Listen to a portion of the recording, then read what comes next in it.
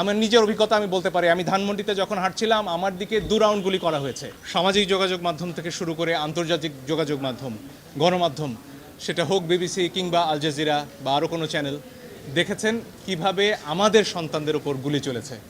আল জাজিরার একটা ছবি, সেনাবাহিনীর সদস্যরা অটোমেটিক রাইফেল নিয়ে শুয়ে পড়লেন লাইন দিয়ে, তাদের 20 গজ দূরে নিরস্ত্র সাধারণ মানুষ, আমরা, আমার দেশের জনগণ, তাদের দিকে সেমি অটোমেটিক রাইফেল থেকে গুলি চলল। এর দৃশ্য দেখার পরে আসলে বাসায় বসে থাকার কারো কোনো সুযোগ নেই। আমাদের যার যার অবস্থান থেকে প্রতিবাদ করতে হবে এবং একজন আইনজীবী হিসেবে সেই কাজটি করার জন্য আজকে আমরা আদালতে এসেছি। আমরা আদালতে বলেছি নিরস্ত্র প্রতিবাদকারীদের উপরে গুলি চলতে পারে না, যেটিকে ইংরেজিতে লাইভ রাউন্ড বলা হয়, সেটি করার কোনো সুযোগ নেই।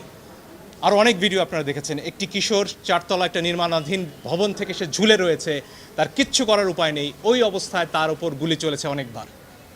আপনারা দেখেছেন রিয়া গোপ তার বাবার কোলে গুলিবিদ্ধ হয়েছে, আরেক শিশু সে তার চোখ দিয়ে গুলি ঢুকেছে, মাথার পেছন দিক দিয়ে বেরিয়ে গেছে। জিজ্ঞেস করুন সে কোথায় ছিল? তার বাসায়, ঘরের ভেতর, জানালা দিয়ে বাইরে তাকিয়েছিল, এই তার অপরাধ।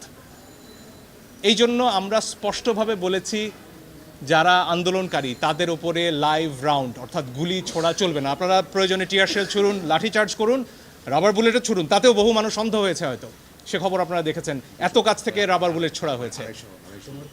ফলে এই বিষয়গুলো সামনে আসতে হবে। আমার নিজের অভিজ্ঞতা আমি বলতে পারি, আমি ধানমন্ডিতে যখন হাঁটছিলাম আমার দিকে 2 রাউন্ড গুলি করা হয়েছে। তাদের পোশাক পরনে ছিল না, আমি জানি না তারা কারা, পিস্তল থেকে গুলি হয়েছে, কারণ আমার হাতে ক্যামেরা ছিল, কোনো প্রমাণ তারা রাখবেন না, কিন্তু প্রমাণ ধ্বংস হয় না আজকের দুনিয়ায়, প্রমাণ পৌঁছে যায়। আরেকটি দাবি আমরা করেছি পরিষ্কারভাবে, ছাত্ররা সারা বাংলাদেশ থেকে আজকে বলেছেন যে 6 জনকে ডিবি অফিসে রাখা হয়েছে, তারা সেখানে বন্দী। তারা স্পষ্টতই ছাত্ররা বলেছেন কালকে ডিবি অফিস থেকে বা যেখান থেকেই হোক যে ভিডিও প্রকাশ করা হচ্ছে, সেই ভিডিওতে যে কথা বলা হয়েছে সেটি অস্ত্রের মুখে হয়েছে, ছাত্ররা সেটি বলেছেন। এবং এই ধরনের আন্দোলন প্রত্যাহারের দাবি ছাত্ররা মানেন না, তারা সেটি বলেছেন।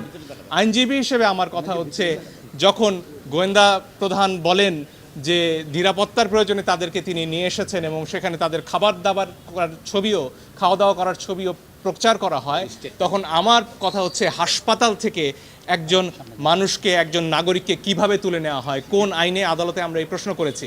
আপনারা নাইমের ক্ষতবিক্ষত শরীর দেখেছেন, তার গায়ে পিটিয়ে কি অবস্থা করা হয়েছে পত্রিকায় এসেছে। আমি জানি অনেক ইলেকট্রনিক গণমাধ্যম দেখাতে পারেননি সেটি, কিন্তু পত্রিকায় এসে ছবি আমরা দেখেছি। সেই নাহিদকে যখন নিয়ে যাওয়া হয় তখন এটা বিশ্বাস করার কোনো কারণ নেই যে তাকে সেখানে আপ্যায়ন করার জন্য নেওয়া হয়েছে। ফলে আমরা আদালতে বলেছি এই 6 জনকে অবশ্যই আদালতের সামনে আনতে হবে এবং তাদের কাছ থেকে জানতে হবে যে তাদেরকে কি আটকে রাখা হয়েছে নাকি তারা স্বেচ্ছায় ডিবি অফিসে বেড়াতে গেছেন। এই প্রশ্নের উত্তর আমরা সবাই চাই।